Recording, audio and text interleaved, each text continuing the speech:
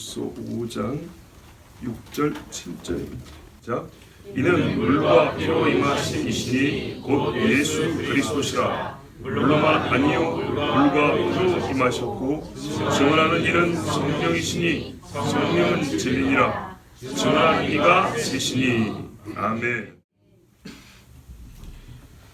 예수 그리스도를 믿는 자가 세상을 이긴다. 자, 오직 예수를 믿는 자만이 세상을 이긴다고 5절에 말씀을 했습니다. 그러면 이 예수는 누구냐 하면은, 세상은 그 이름을 예수라 하고 또 요즘 사람들은 평화의 아기 하면서 아기 자꾸 하지만은 성경에는 하나님의 아들이라 그럽니다. 어떤 사람은 로마법에 맞선 민중의 항거자라 그러고 뭐 지도자라 그러고 현자라 그러고 또 뭐라 합니까? 윤리교사라 그러고 종말론적 이상가라 그러고 반유대주의적인 신종교의 창시자라 하고 별소리 다 하지만은 성경이 말씀하는 예수님의 정체는 하나님의 아들, 하나님과 사람 사이의 중보자로 오시니라 이렇게 말씀합니다. 근데 이 하나님의 아들 예수가 빠지면 나머지 예수님에 대한 여러 호칭들이 사실 그 힘을 잃고 빛을 잃고 의미를 잃게 됩니다. 하나님의 아들이 사람으로 왔기 때문에 중보자가 되고 메시아가 되고 우리 그리스도가 되는 것이지 구주가 되지, 그렇지 않으면 어떤 인간이 우리의 중보자나 구속주가 될 수는 없습니다. 그래서 하나님의 아들, 자, 예수님도 이게 중요하기 때문에 물었습니다. 너희는 나를 누구라 하느냐? 사람들은 나를 누구라 하느냐? 인기조사가 아니라 이게 믿음의 핵심이기 때문에 물어보는 겁니다. 그랬더니 베드로가 똑바로 대답을 했죠. 주는 그리스도시요 살아계신 하나님의 아들이시니이다 그랬습니다. 빌립이 에티오피아 내시에게 복음을 전한 다음에 세례를 받으려고 하는데, 당신이 예수님이 하나님의 아들이심을 믿느냐? 그러면 세례 받을 수 있다 그랬어요. 이게 절대적입니다. 하나님의 아들이 내 눈에 보이는 이 사람이 하나님의 아들이다. 여기에 우리 믿음의 뭡니까는 성공과 실패, 우리 믿음이 서느냐 무너지느냐가 달려 있습니다. 그러면 이 중요한 것을 누가 가르쳐 주냐? 하나님의 영이 가르쳐 줍니다. 4장에 보면은 하나님의 영과 세상의 영, 저 그리스도 영을 분별하라 그랬어요. 하나님의 영은 뭐냐 했더니 예수 그리스도께서 육체로 오신 것을 시인하는 영마다 하나님께 속한 자다. 그리고 예수를 시인하지 아니하는 자, 육체로 오신 하나님의 아들임을 시인하지 아니하는 자는 저 그리스도의 영이라고 그랬습니다. 얼마나 중요합니까? 우리 믿음이 갈리는 지점이 여기입니다. 예수가 누구냐? 하나님의 영은 예수가 하나님의 아들이라고 말합니다. 고린도전서에는 그리스도를 주라 시인한다 그랬어요. 성령으로 말미암아. 세상의 영은 그냥 사람이다. 하나님의 아들 요걸 빼고 온갖 이름을 다 붙여줍니다. 아까 언급했듯이. 그래봐야 소용없는 건데, 하여튼 이거는 하나님의 아들이 사람으로 오신 이 사실과 상관이 없기 때문에 이거는 마귀의 영이요 저 그리스도의 영이라고 그랬습니다. 그러므로 예수께서 하나님의 아들이시라는 것을 증거하는 이는 누구냐면 성령입니다. 성령이 증거를 해줍니다. 성령이 증거를 하는데 잘 보세요. 어떻게 하냐면 직접적으로 우리로 하여금 영적 직관이라 할까요? 번쩍 깨닫게 해줄 수도 있겠죠. 그런데 우리 눈앞에 깨달을 수 있는 증거들을 제시해 주는 분도 성령이고 설명해 주는 분도 성령입니다. 그리고 예수께서 하나님의 아들이심을 나타내는 증거가 하늘에도 있고 땅에 있는데 이거를 지시하여 주는 분도 성령입니다. 이걸 보세요. 성령이 친히 본인이 직접 증인이에요. 직접 증인이면서 다른 증거가 있을 거 아닙니까? 요게 그 증거라고 가리켜 지시하여 주는 분도 성령이에요. 이해되시죠? 영화에 보면 감독 겸 배우도 있는 겁니다. 선수들 중에도 코치 겸 선수도 있는 것이죠. 예, 성령이 직접 가르쳐주는 증인이면서 이 사람다. 이분도 증인이요. 이것도 증거라고 이렇게 우리에게 알게 해준 이도 성령이십니다. 자, 그래서 예수님의 정체성을 누가 증거해 주냐? 무엇이 증거해 주냐 할 때 먼저 우리가 눈에 보는 예수를 정확하게 인식할 필요가 있습니다. 예수는요 허상이 아니고 환상이 아니고요 몸입니다. 몸. 그렇죠? 실제로 몸입니다. 그게 6절 이야기입니다. 물과 피로 임하신 이시니. 예수 중요한 거는 임했다는 겁니다. 우리 눈앞에 와 있는 그분, 우리 눈앞에 와 있는 그분이 밀가루 반죽이 아니고요, 그림도 아니고요, 디지털 화면도 아니고요, 실존 육체 사람이라는 얘기입니다. 그래서 우리 눈앞에 물과 피로 임하신 이시니.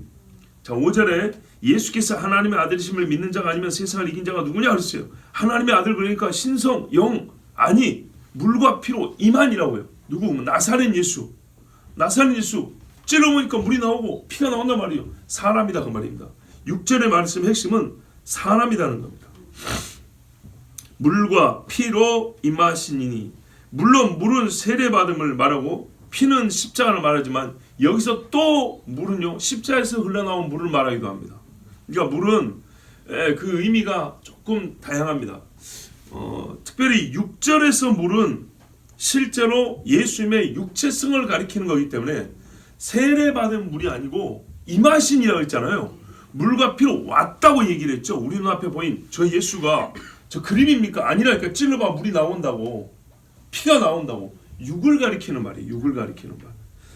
그래서 예수가 십자가 죽음 당시에 옆구리를 찔렀더니 물과 피가 나오더라. 이 말을 누가 했냐면 요한이 전했어요. 왜? 요한이 직접 봤기 때문에. 그 요한이 지금 이 서신서를 썼어요. 성령이라는 말을 제일 많이 쓴 사람도 요한이고 예수님의 물되심에 대해서 제일 많이 언급한 사람도 요한입니다. 자, 그리고 뭐라 그랬냐? 그러니까 물과 피를 쏟아내셨다 이 말은요 진짜 육이었다 이걸 말하는 겁니다. 육으로 임하시니. 먼저 이걸 정리해 준 겁니다. 우린 지금 육으로 온 그를 얘기하는 것이다. 육으로 왔다고 누가 말하냐? 성령이 증거한다는 거예요. 성령이. 물로만 아니요 물과 피로 임하셨고. 보세요. 반복된 이유가 있죠. 예, 성령은 세상을 위한 예수님의 대속의 죽음을 증언합니다. 뭡니까? 세례받을 때의 물뿐만 아니라 그가 십자가에서 흘리신 물, 이 물과 또한 쏟으신 피가 그리스도의 구속사요. 하나님이 이 땅에 보내주신 종은 뭐 한다 그랬어요? 대속 죽음을 겪는다 그랬죠. 짐승을 보고 메시아가 왔을 때 그걸 알아보라 했거든요. 짐승이 대신 죽었단 말이죠. 대신 죽었어요. 즉 그러니까 성령은 이 땅에 온 예수라는 사람이 우리를 위하여 대신 죽으러 온 하나님의 아들이시라는 걸 증언하는데 뭘로 증언을 해줬냐 했으니까 찔렀을 때 피와 물이 나온 거를 우리가 봤죠. 그때 우리 마음에 깨닫게 해준 이가 성령이라는 거예요. 성령이 우리 마음속에서 감동을 주사 저거 봐라 물과 피가 흘렀지 않냐. 실제로 육으로 왔고 구약에서 그토록 말하는 씻는 물과 짐승의 피가 바로 저거를 가리키는 거다라고 우리를 깨닫게 해준 이가 누구라고요? 성령이라고요. 성령이 그걸 알게 했다는 거예요. 귀신을 쫓아도 깨닫게 해주는 성령이 없으면 못 알아먹고 문둥병을 고쳐줘도 우리 마음에 감당하신 성령이 없으면 전혀 알지를 못하고 오병이어를 먹고 남아도 성령이 함께하지 않으면 배만 부르고 그냥 가버리는 거고 하늘에서 내리는 만나가 무엇인지 전혀 알지 못한다는 겁니다. 그래서 수많은 사람이 실제로 하나님의 아들이 물과 피로 임하셨어도 죽이기만 하고 유익만 얻으려고 했지 경배하지 않냐고 우리의 구원자다 하고 믿는 사람은 없었습니다. 그들은요 성경에서 영생을 얻는 자고 성경을 상고는 했지만 하나님의 영에 감동을 입지 못하고 하나님의 영을 근심해 만드는 죄인들이었고 하나님의 영을 배척하는 사람들이었어요. 그래서 하나님의 아들 예수님을 몰랐어요. 물과 피를 보고도 몰랐어요. 자, 여기까지 성령이 우리에게 무엇을 가지고 예수를 하나님의 아들로 알게 하시는지 그 수단과 성령이 하시는 일을 어떤 뭐냐 표제어로 들었어요. 자, 다시 한번 이 물과 피가 얼마나 중요하냐 하면 구약성에 보면 수없이 나오는데 짧게 몇 개만 볼게요. 레위기 15장에 보면 유출병 있는 자는 어떻게 해요? 몸을 씻고 그리고 저녁까지 부정하니까 기다렸다가 진중에 들어가고 아론이 회막에 들어갈 때도 먼저 몸을 씻고 이렇게 되어 있습니다. 그 다음에 우리가 잘 아는 대로 민수기에 보면 뭐가 있습니까? 붉은 암송아지에 재 있죠. 그걸 물에다 타가지고 마시게 돼 있죠. 이 모든 물들이 뭐냐? 씻는다는 의미입니다. 그래서 예수님이 뭐라 했어요? 제자들을 발을 씻으면서 너희가 매일 씻을 필요가 있다. 목욕은 한 번 하면 되는데 이게 목욕은 피로 죄사함을 받는 거고요. 물로 계속 씻어서 너희 몸에 더러운 것이 묻지 않도록 하라 이랬단 말이죠. 그 다음에 잘 아시는 대로 피는요 두말하면 잔소리죠. 그죠? 육체의 생명 피해 있다고 레위기 17장에 말했어요. 히브리서도 그래서요. 생명이 피해 있으므로 피 흘림이 없은즉 죄의 사함이 없다고 그랬어요. 그 죄의 사함을 보여주는 수많은 짐승의 피가 구약에서 흘려졌고 예수님이 단 한 번 죽음으로 그 피로 영원한 죄의 사함을 이루셨다 했습니다. 자, 그래서 물과 피로 임했다는 것은 하나님이 약속한 예표대로 우리의 죄를 씻고 다 제거하려고 육체로 오신 분이다라는 것을 말하는 것이고, 그거를 누가 실제로 그 육이 우리 눈앞에 있어도 그거를 누가 알게 하냐 할 때 성령이 증언하여 너도 물과 피를 입고 너도 물과 피 있고 나도 물과 피가 있지 않습니까? 우리 다 물피 다 있죠. 있지만은 너의 물과 피가 아니라 저 사람의 물과 피가 바로 그 짐승이 예표하고 구약성에서 씻는 물이 예표했던 하나님의 아들이다. 요거를 깨닫게 해준 게 성령이란 말입니다. 그게 없으니까 성령이 우리 마음에서 감동해 주지 않고 가르쳐 주지 않고 또는 그걸 거부하니까 어떻게 해요? 지금도 세상의 대부분의 사람은 예수가 그냥 사람이거나 아니면은 그냥 영이었던 사람들 마음속에서 상상 속의 인물이었거나 이렇게 되는 겁니다.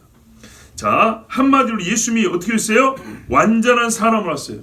이것을 인정하는 것은 하나님의 영이요 하고 4장에서 얘기했어요. 자녀들은 혈과 육을 가졌기 때문에 그리스도도 혈과 육으로 와야 죄사함을 받는다 그랬어요. 왜 이렇게 왔다고요? 왜 하나님이 사람이 되셨는가 할 때 사람의 죄를 사야 되기 때문에 사람의 죄값을 사람이 치러야 되는데 사람은 능력이 없으니까 하나님이 사람이 됐다고 말씀드렸죠. 예, 이 말씀이 히브리서에 잘 나와 있습니다. 자녀들은 혈과 육에 속하였음에 그도 또한 같은 모양으로 혈과 육을 함께 지니심은 죽으심을 통하여 죽어야 되는데 영은 죽을 수가 없어요. 육이 죽는 거지. 하나님의 말씀, 우리 구원의 원리를 잘 들으셔야 됩니다.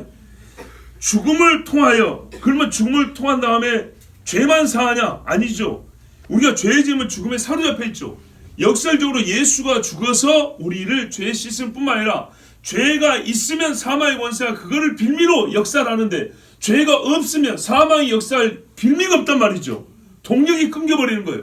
그래서 죽음을 통하여 죽음의 세력을, 죄를 빌미로 힘을 가진 죽음의 세력을 잡은 자 곧 마귀를 멸하시며 또 죽기를 무수함으로 한평생 매어 종노릇하는 모든 자들을 놓아주려 하심이니 그 다음 이는 확실히 천사를 붙들어 주려 하심이 아니요.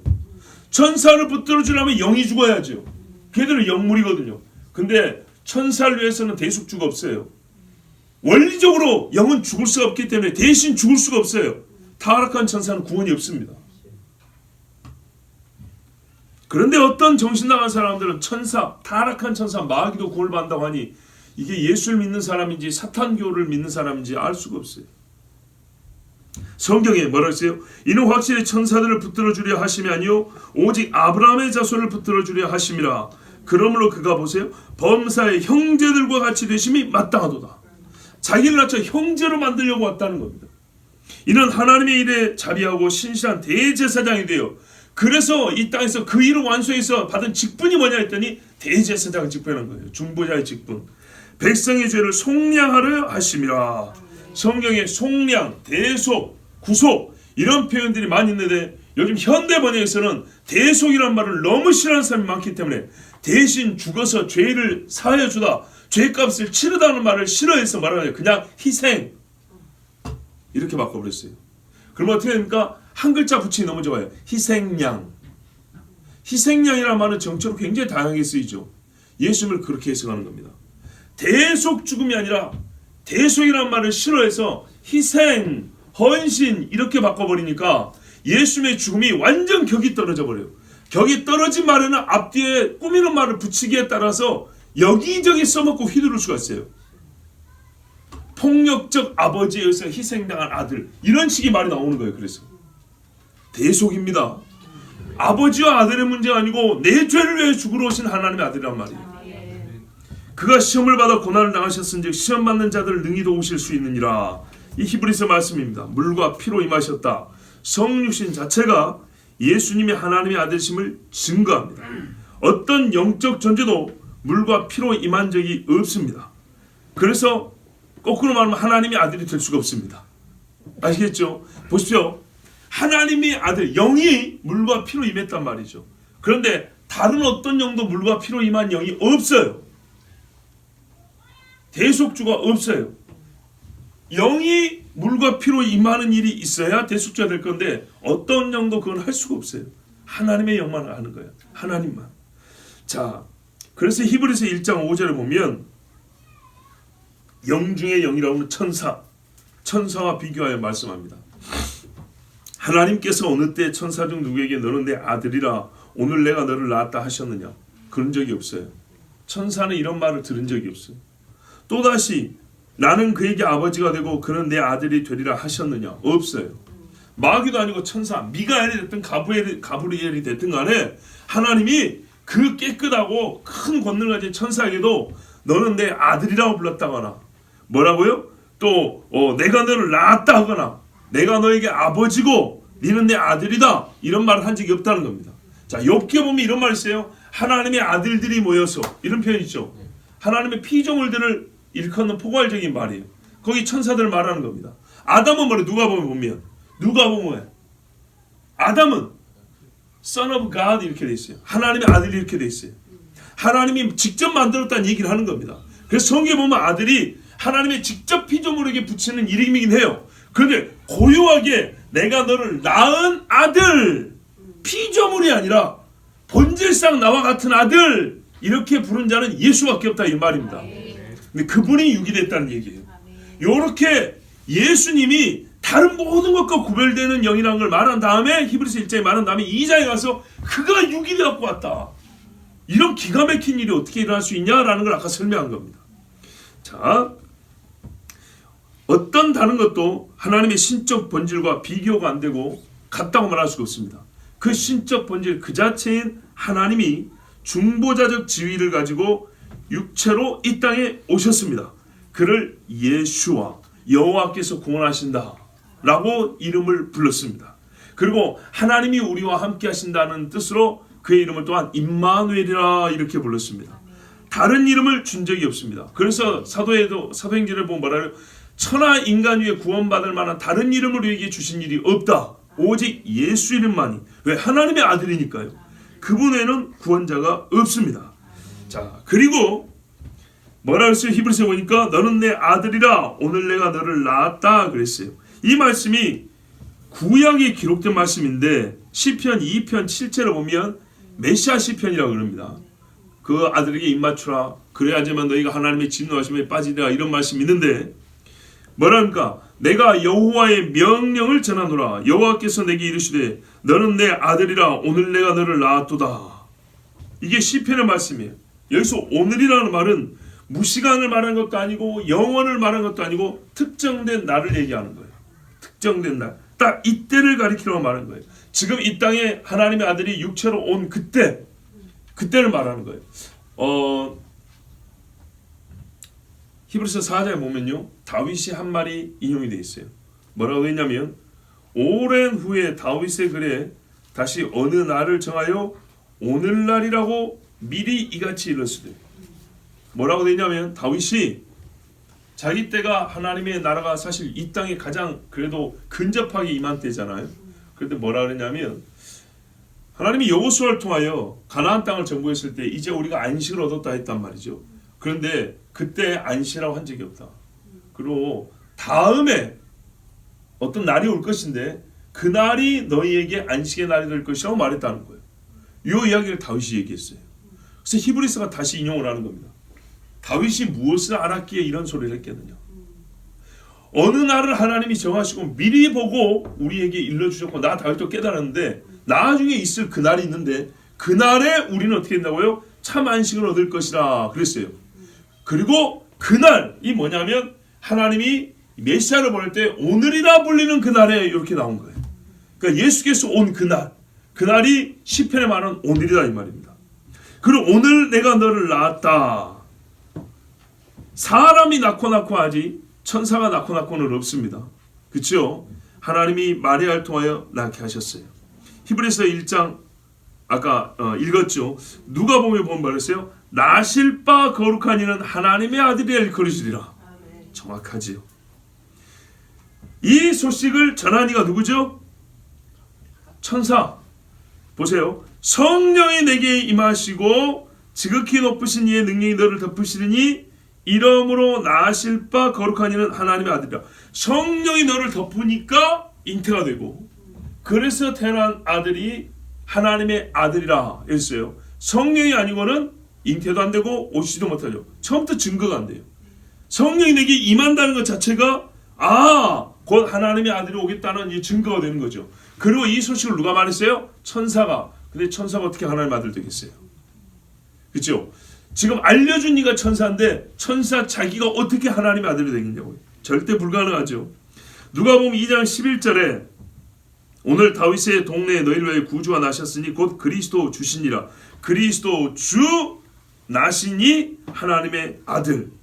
예, 순전히 사람이 사람의 방법으로, 그러니까는 여기서 보니까는 어머니가 낳았다 그 말입니다. 어머니가 정상적인 출산 방법으로 낳았지만 그가 하나님의 아들이라고 알려주고 우리에게 깨닫게 하니는 바로 성령이셨다는 얘기입니다. 자, 또다시 나는 그에게 아버지가 되고 그는 내게 아들이 되리라. 또다시 아들에 관하여 어디냐면 이거는 아까 시편이었고 이거는 사무엘하 7장인데 다윗이 이제 늙었을 때 하나님이 약속을 합니다. 너는 성전 못 짓고 네 허리에서 날 자가 성전을 짓는다 이렇게 돼 있어요. 그런데 뭐라고 하냐면 잘 보세요. 시제가 이렇게 시제가 네가 죽은 다음에 그 다음에 내게서 날 씨 이렇게 돼 있어요. 지금 날 씨가 있잖아요. 솔로몬 말고 네가 죽은 다음에 네 허리에서 날 씨 이렇게 돼 있어요. 날 씨. 솔로몬은 났는데 앞으로 날 씨가 이렇게 돼 있어요. 그러면 이게 이중적 예언이란 말이죠. 분명히 눈에 보이는 성전을 누가 지어요? 솔로몬이 짓습니다.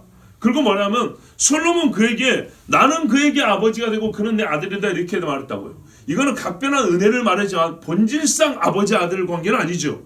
내게서 날 씨 그가 참 성전을 짓고 그는 내 아들이고 나는 그에게 아버지가 되리라 그랬다고요.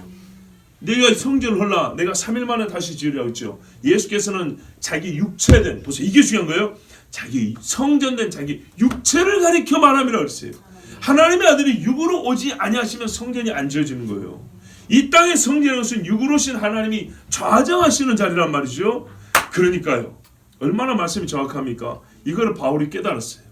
하나님의 감동으로 이 깨달음 자체가 성령이 주신 거고 이미 기록된 말씀을 부지런히 살피고 연구할 때 성령이 깨닫게 해주셔서 히브리 사람들에게 써서 히브리서라 그런 거예요. 흩어져 있는 히브리인들에게. 이 사람들은 본래 구약 성경을 알고 있는 사람들이에요. 그런데 성경에서 영생을 얻는 줄 알고 그렇게 인식하고 보지만 실제로는 못 보는 거예요. 눈이 있어도 못 본다고요. 귀가 있어도 못 깨닫고. 그래서 히브리이지만 히브리인이 받은 약속이 없어요. 여기에 약속이 새겨져 있지 않아요. 그래서 바울이 다시 풀어 가르쳐 준 거예요. 그리고 히브리인 중에 예수를 믿었는데 이게 다시 유혹을 받아가지고 다시 옛적으로 돌아갈까 하는 사람들에게 너희가 받은 구원을 등한히 여기면 얼마나 큰 형벌이 있는 줄 아느냐. 히브리서 시작할 때 그렇게 말하죠. 그러지 말고 다시 한번 들어봐라 하고 구약 성경을 풀어서 쫙 그들이 이제 믿기 시작한 예수 그리스도를 다시 가르쳐 준 거예요. 그러니까 철저히 구약의 주석과 같은 책이 히브리서.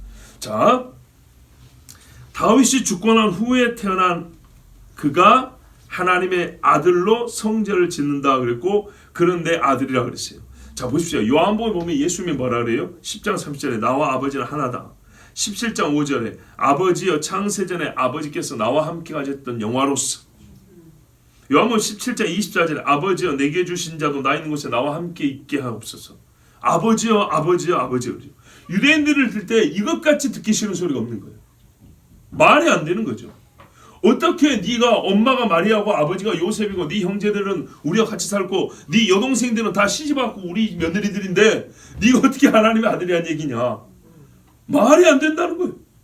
거기다가요 마지막에 십자가 나무에 달려줘요. 신명기에 나무에 달린 자만 저주를 받았는데 그러니까는 1차적 의미만 보니까는 이 저주받은 자가 어떻게 하나님의 아들이라 그러죠.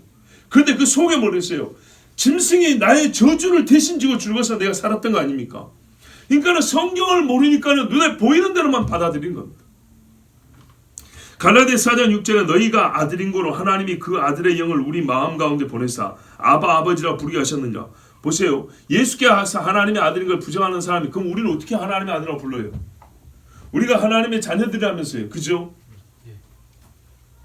방법은 뭐예요? 예수가 하나님의 아들인 걸 인정해야 되는 겁니다. 예수께서 하나님의 아들인 것도 인정하지 못하는 주제에 죄인인 나는 어떻게 하나님의 아들이 됐다는 얘기입니까? 로마서 8장 15절에 너희는 다시 무수하는 종의 영을 받지 아니하고 양자의 영을 받았으므로 아바 아버지라 부르짖느니라 그랬어요.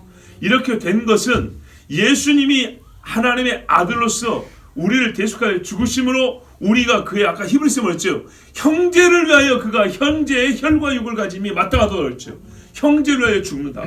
그래서 여러 번 반복하지만 성경의 대속의 죽음의 원리는, 우리가 의롭게 되는 원리는 예수께서 우리를 형제로 삼으시려고 동일하게 오셔서 동일한 레벨에서 죽고 살으시고 우리를 어떻게 해요? 대속하여 샀다 이 말입니다. 그리고 아버지요 내 형제입니다. 그래서 아버지가 법적으로 양자를 삼았다는 거예요. 법적으로 양자가 되면 실제로 친자와 똑같은 권리를 갖게 되는 것이죠. 그래서 아바 아버지라 이렇게 부르는 거예요. 어떤 사람은 태어나면서부터 로마 사람이요, 어떤 사람은 돈을 주고 사서 로마 사람이요, 그러죠.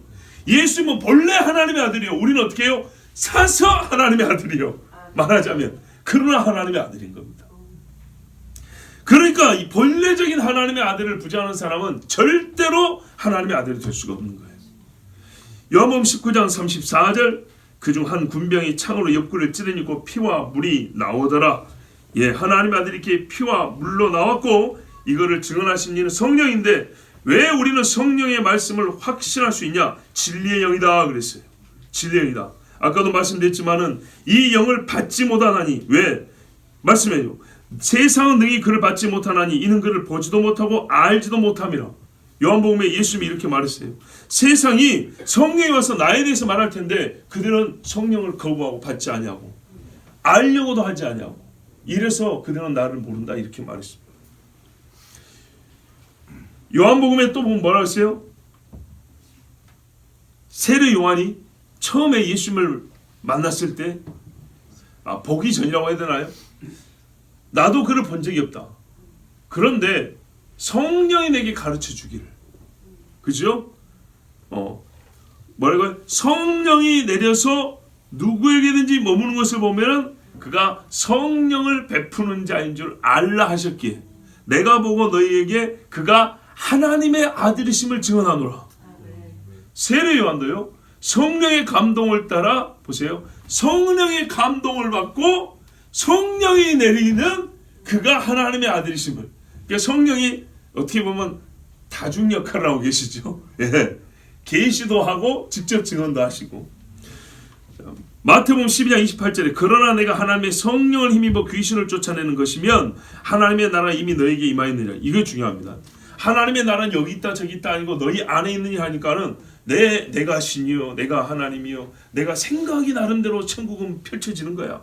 내가 악한 생각은 지옥이고 이미 이런 아주 추상화시킨 사람인데 그런 말이 아니에요. 앞에 단어를 빼버리니까 그래요. 뭐가 있어요? 내가 성령의 능력을 힘입어 귀신을 쫓아내면 하나님의 나라가 이미 임하였느니라. 하나님의 나라를 이 땅에서 만든 기술적 유토피아가 아니고요. 성령이 임하여서 어둠의 권세를 제어하면 어둠을 몰아내면 왜 이 땅이 더럽게 됐고 힘들겠어요? 악한 영들 때문에 속아서 우리가 죄를 짓기 때문에 아닙니까? 죄의 근원이 사라지면 죄가 씻겨지면 거기가 하나님의 나라가 임했다는 겁니다. 물론 부분적이지만 먹물이 지워지고 하얗게 된다. 백지가 되어야 된다는 얘기입니다. 근데 이것이 없는데도 불구하고 사람들이 망상으로 속은 우리의 지식이나 기술로서 편한 것이 천국인 것처럼 이렇게 생각하면 큰 오산입니다. 자, 그러므로 오늘 6절에 증거하시는 이는 성령이시니 성령은 진리이시기 때문이라 그랬어요. 틀림없는 사실입니다. 성령이 이렇게 예수께서 물과 피로 오셨다고 증언해 주셨습니다. 자, 그런데 이게 이제 보세요. 우리에게 나타나 있는 물과 피를 사람들이 그냥 대수롭지 않고 똑같은 사람으로 그렇게 취급을 했을 것인데 동시대 사람들이 성령이 말했어요. 요 물과 피는 너 물과 피가 아니고 육체는 육체인데 분명히 100% 육체인데 하나님의 아들이 육체를 입은 거다라고 성령이 말해줬다는 겁니다. 직접적으로. 그런데 그 전에 이미 하늘에서는 말이죠. 하늘에서는 하나님의 아들이 나중에 육체로 올 것을 이미 전부터 증거하고 있었어요. 보십시오. 우리의 시간표로 하면은 예수님이 오셨을 때 AD라고 합니다. 근데 이 예수가 육으로 올 것을 언제부터 성경은 말하고 있죠? BC. 그죠? 창세기부터. 아직 육으로 안 왔어요. 육으로 안 왔는데 육으로 올 거를 누가 말해줬어요? 하나님 아버지가 선지자들에게 성령의 감동으로. 말씀은, 예수 그리스도 말씀은 하늘에서 이미 준비하고 계셨어요. 그래서 뭐라 그럽니까? 창세전에 그리스도 안에서 우리를 택하사. 이 예정 신학이잖아요. 잘 보세요. 창세전에 그리스도 안에서, 그리스도는 육으로 이 땅에 오신 하나님의 아들을 가리키는 말이에요. 육으로 안 올 때는 그리스도를 안 부른다 그랬어요. 분명히 육으로 오신 그분을 그리스도예요. 즉 시간적 이야기, 시간적. 창세전은요, 시간이 없을 때 이야기예요. 영원이에요. 그러니까 이 땅이 만들어지기도 전에 하나님 신성 안에서는 뭐가 결정됐다고요? 하나님의 아들이 어느 때인가 시간 속에서, 역사 속에서 이 땅에 오셔서 그리스도가 되는 것이 결정이 되었고, 우리 구원받은 자는, 구원이라는 것은 그리스도밖에 없기 때문에 그리스도 안에서만 가능한데, 창세전에 이미 그리스도가 있고 그리스도 안에서 우리의 이름이 정해졌다는 얘기입니다. 그러니까는요, 하늘에서 이미 증언하는 이가 있다는 말은 어렵게 이해되지 않아도 되는 거예요.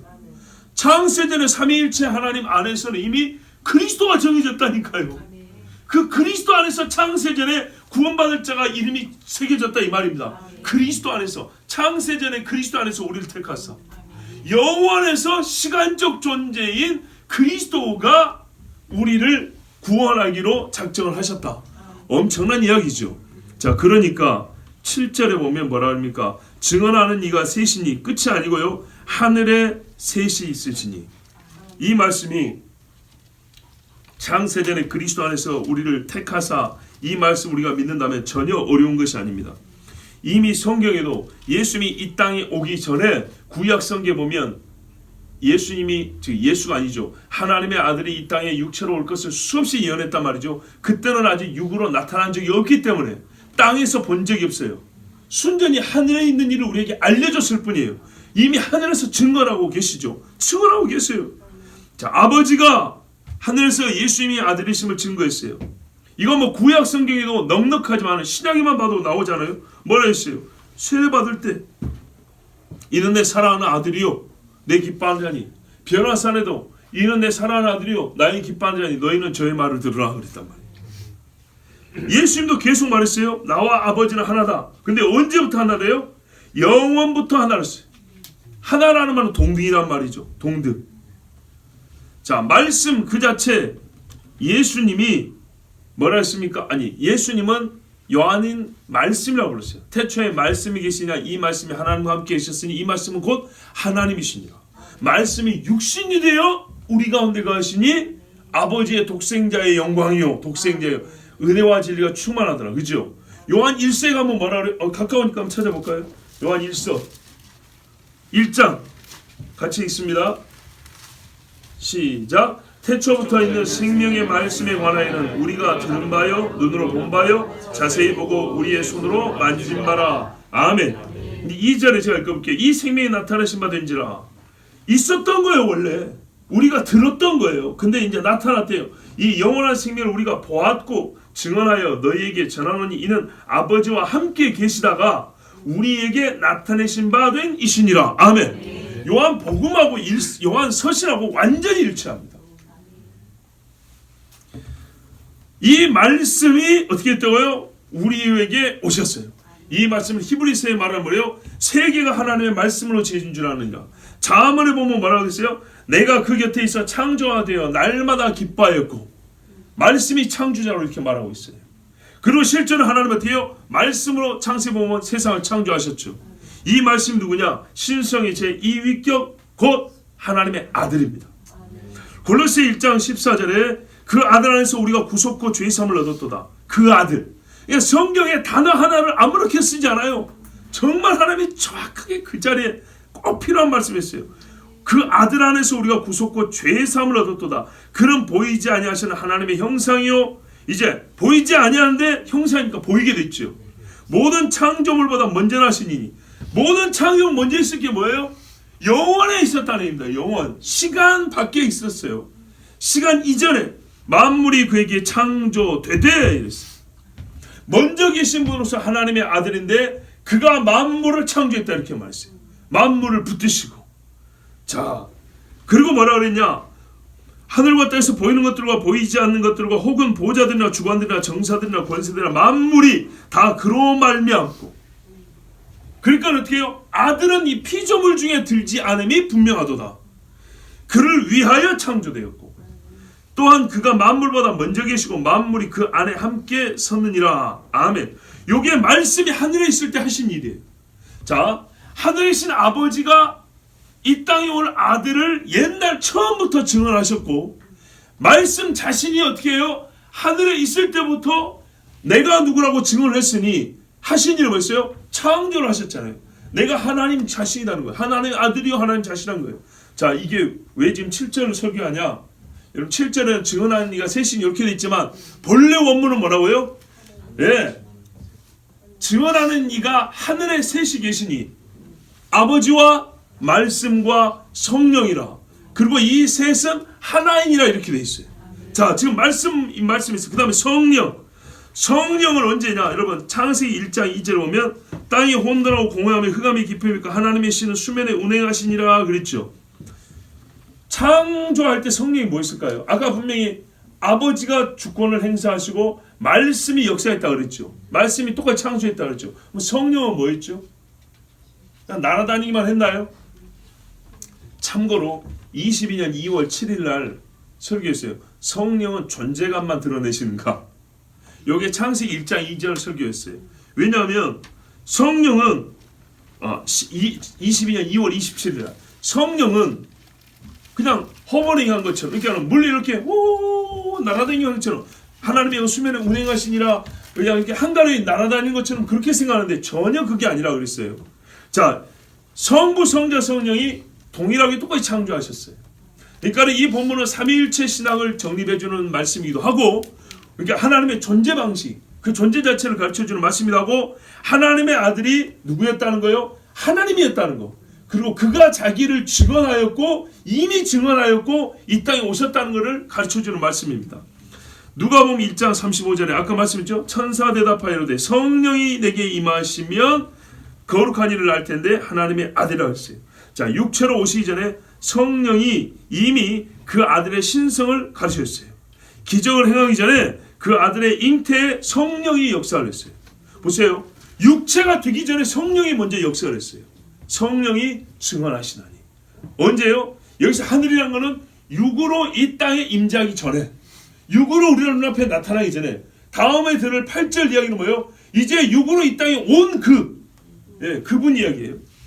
자, 또한 예수님이 승천하신 다음에 성령이 오셨죠.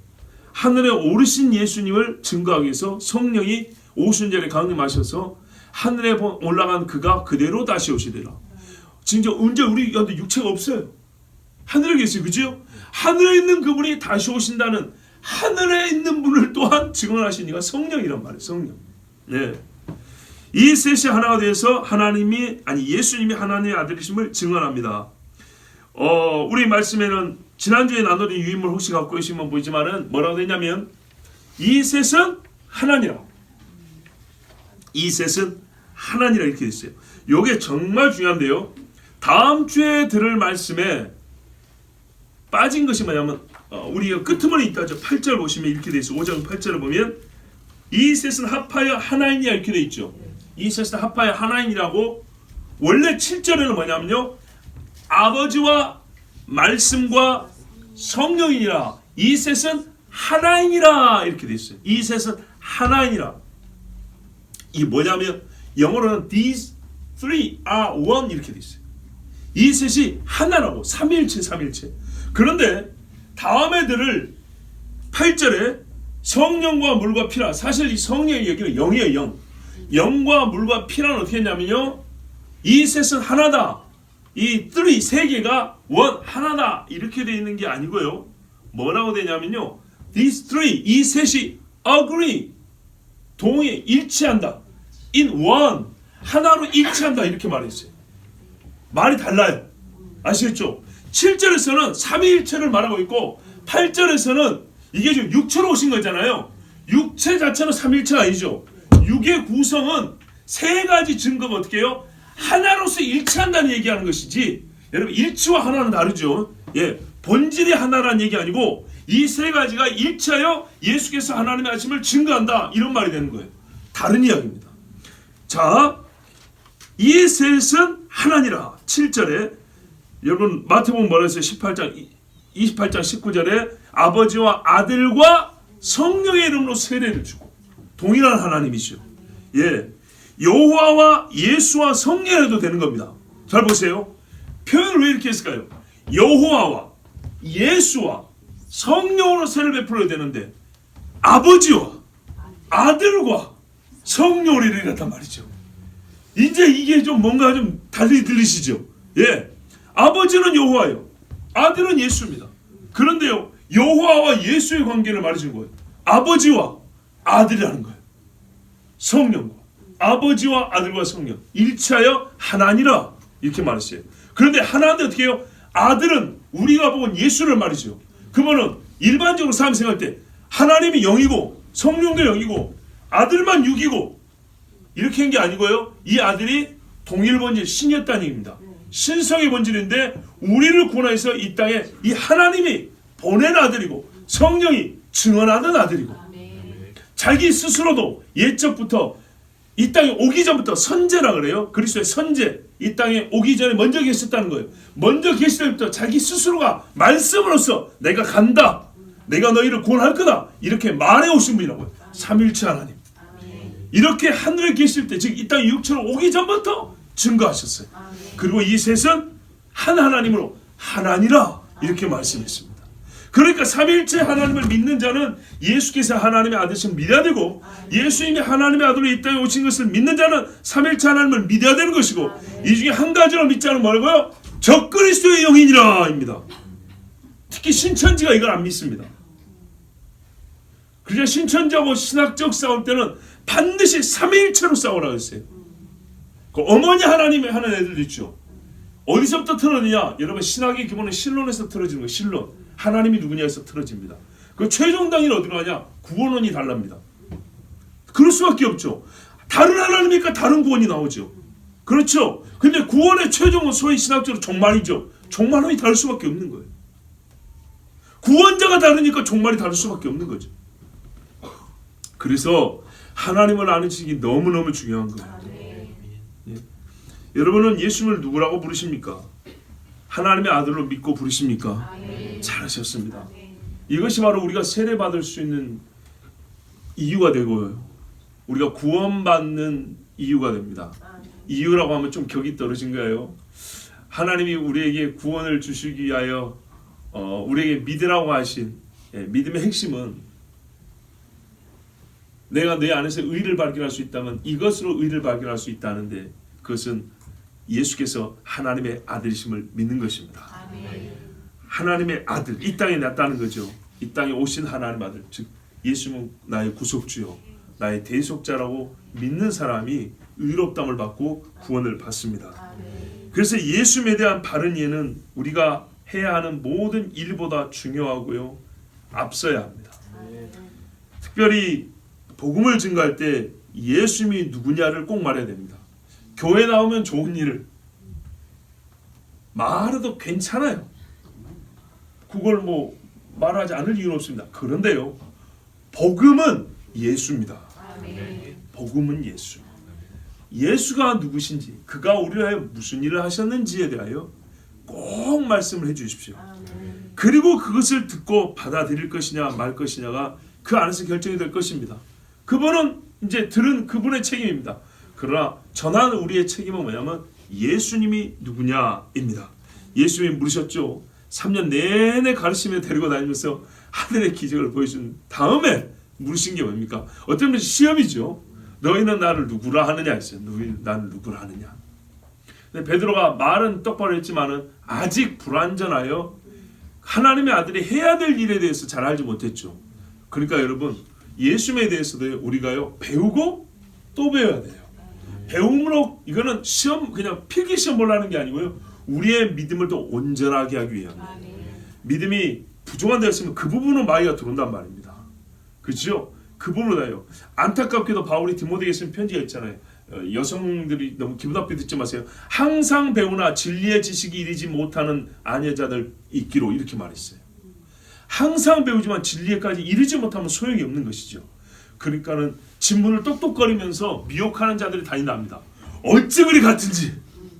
성경에 그리 나와 있어요. 예, 문을 열고 들어와서 그 부녀자들을 미혹하는데 왜 그러냐? 분명히 교회 다니는 사람이고 성경을 배우는데 아직 불완전해가지고 미혹에 넘어간다는 겁니다. 이런 일 얼마나 많습니까? 그러니 여러분 성경을 잘 들으시면 하나님도 알고 나도 알 수 있어요. 아, 우리가 이렇게 연약하구나. 그러므로 우리가 어떻게 살 수 있는가는 성경을 통해서만 알 수 있습니다. 생명과 경건행하는 모든 것이 하나님의 말씀 예수 안에 들어있습니다. 그러므로 우리는 예수님이 누군지 알 뿐만 아니라 말할 준비도 되어 있어야 합니다. 아버지와 말씀과 성령이 증거하시는 말을 바로 이 성경에 기록해 놨으니 여러분 잘 읽고 내 입술에 담으십시오. 내 마음에 입술에 물과 피로 임하시고 진리신 성령이 증거하시니 하늘에서 아버지와 말씀과 성령이 증거하시니 하나님의 아들 예수가 항상 말해주기를 바랍니다. 기도하겠습니다. 아버지 하나님 감사합니다. 우리 입술에 예수 그리스도가 있습니다. 우리 마음에 예수 그리스도가 있습니다. 나는 예수 그리스도를 마음으로 믿고 입으로 시인합니다. 입으로 시인하면 나 개인의 신앙만 시인할 뿐만 아니라 당신도 예수를 믿어야 합니다. 당신도 예수께서 하나님의 아들이심을 믿어야 합니다라고 강권하는 시인이 우리 입술에 있습니다. 성령이 함께하여 주시옵소서. 내가 그를 보고도 예수께서 하나님의 아들이심을 믿었던 것 같이 내가 복음을 전할 때 내 말을 듣는 사람도 내 말을 듣고 성령의 강권하심을 받아 예수께서 하나님의 아들이심을 믿게 하여 주시옵소서. 예수가 하나님의 아들이심을 믿는 자가 아니면 세상을 이기는 자가 누구냐 하였습니다. 이 땅을 이겨온 사람들, 사단을 이겨온 사람을, 정욕을 이겨온 사람들, 죄를 이겨온 모든 사람은 예수께서 하나님의 아들이심을 믿었던 사람들입니다. 구름같이 허다한 증인들이 보고 있습니다. 아버지 하나님, 우리도 나의 세대, 나의 생애 동안에 예수께서 하나님의 아들이심을 확실히 믿고 증언하고 삶을 살게 하여 주시고 이로 인하여 하나님께 영광을 돌리게 하여 주시옵소서. 예수 그리스도의 이름으로 기도하옵나이다. 아멘.